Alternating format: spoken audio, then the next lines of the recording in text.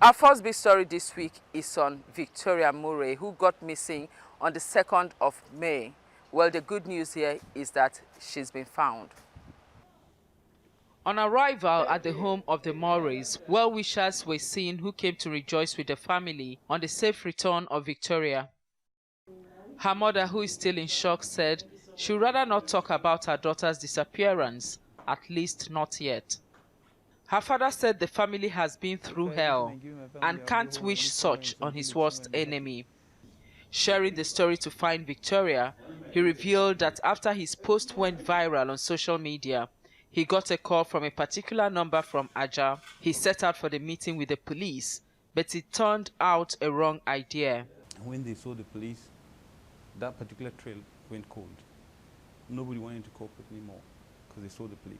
They were like, oh, so you came here with the police. We're not going to give you any information. We don't want to work with the police. We don't want police involved in our business. If you want our help, leave the police out. Of course, I didn't want to leave the police out at first because I was apprehensive. But because I was desperate, I had to leave the police out.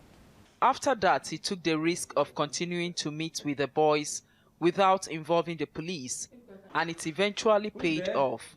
I went and engaged these people directly. They were the local people around the area, local boys around the area. And we started talking. They were not the ones holding my daughter directly, or so they said. But they said that because we were the local people, and they knew their environment very well, and they knew their area very well, the Ado Road, Badore area of Aja, and that they would help me to comb the area. And that if indeed that girl was the one that this fellow said he saw, that they would fish her out. So they started their search. And I was waiting and I was getting quite, impatient. So I made posters of my daughter. And with her mom, we went to that particular street, Ado Road in Aja, and we're distributing posters house by house, shop by shop, talking to people directly and begging them, if you see this person, please let us know. Because that was the last place she was seen, according to this report from this gentleman. And so we left that, and then nothing happened. And then last night, around 10 p.m., 11, I got a call from these same people I'd been dealing with in Aja. And they said, come and pick up your daughter. I was like, really? I couldn't believe it. So I wanted to go alone, but her mom said, no, you cannot go without me. So we went out that late with her mom, drove out to Aja. And there they were, waiting by a filling station with my daughter. What happened? Then they told us the story of how they found her in this particular apartment, not used apartment, at the edge of the settlement, very close to the edge of the swamp. So that was where she was kept. In this room, bare room like that, nothing, no furniture of any kind in the room. Swampy, mildew, wet. She kept something like a stone, which was the driest thing. She sat on there. So that was where my daughter was kept for these past few weeks, 2 weeks actually. They found her there because I think someone said they saw her there and they went and laid siege around the area. And when they saw her, they just went in and swooped in and brought her out. We eventually went to the place with them because her stuff, she didn't have her stuff, and we needed to go get her stuff, her books, her school bag that she had with her when she left for school was still in the place. Went back there. Thankfully, the people that were keeping her weren't there. So we fetched the bag and left the place quickly last night and got back home. Talking to her, she told me a lot of things. I have no way of telling whether they are factual or not. But this is what my daughter said to me. On her way to school, she shared the bus with a gentleman who complimented her looks and told her that he could help her launch a career in modeling, that they could help her to go to Europe if she could come with him. He would help set her up. And she followed him. That's the most disappointing part, that she didn't come back to check with her parents. This job opportunity she was getting, she didn't come to check with her parents. She just went with them, like she was looking for that opportunity, and she just followed them. So she followed them, and at some point she couldn't do anything other than what they were telling her to do. So she was just basically susceptible to their own instructions and commands.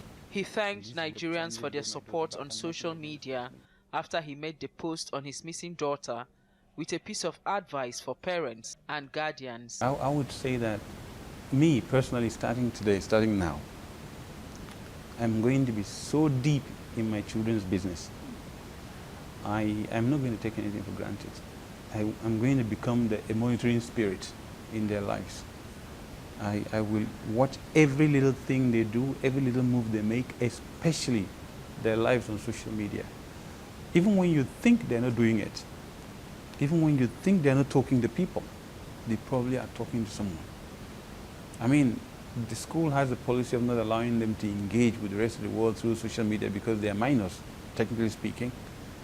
But she's in the bus with people who are not, do you understand? So you've shielded them from contact with these people through social media, but this contact is here in the bus. So I would say that parents should pay closer attention to their children, especially those that are beginning to mature. I tell my children all the time, don't speak to strangers. But somehow maybe Victoria felt she was mature enough to speak to strangers and to handle a conversation on her own. Clearly she's not able to do that. And that's why she didn't come back successful. So I would say that we talk more to our parents, we talk more to our children, be closer to your children, listen more to them.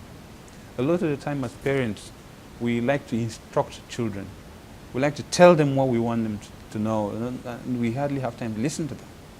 I would like to listen to my children a lot more. I'd like to be closer to them. I'd like to engage with them more often. I don't want to be just this guy who comes and goes. I want to be in their lives. And I would say that in this age of pervasive communication opportunities, we should even be more interested because we don't know what they get up to. There's a phenomenon they call catfishing online where people create false profiles and make themselves to be who they really aren't just so they can lure people and do all kinds of things to them. We are lucky this time. We don't know if we'll be as lucky next time. So I cannot take chances. I'm going to be more deeply involved in my children's affairs, and I appeal to all other parents. Please, we've had too many instances of children disappearing in Nigeria these days. We have too many instances of people going away without any trace. We have too many instances of young people with potential disappearing like that. We cannot allow that to continue. Of course, we understand that there are challenges our security apparatus, our security system in this country, but we have to start to secure our children from home. From home. Victoria, we were told, needed some time to come to terms with what she's been through. We got her back. She looks okay physically. She looks unkempt, a bit emaciated. But she looks distant, she looks dazed and a bit withdrawn. So ever since she came back to the house, she'd been holed up in her room, hugging a pillow and crying.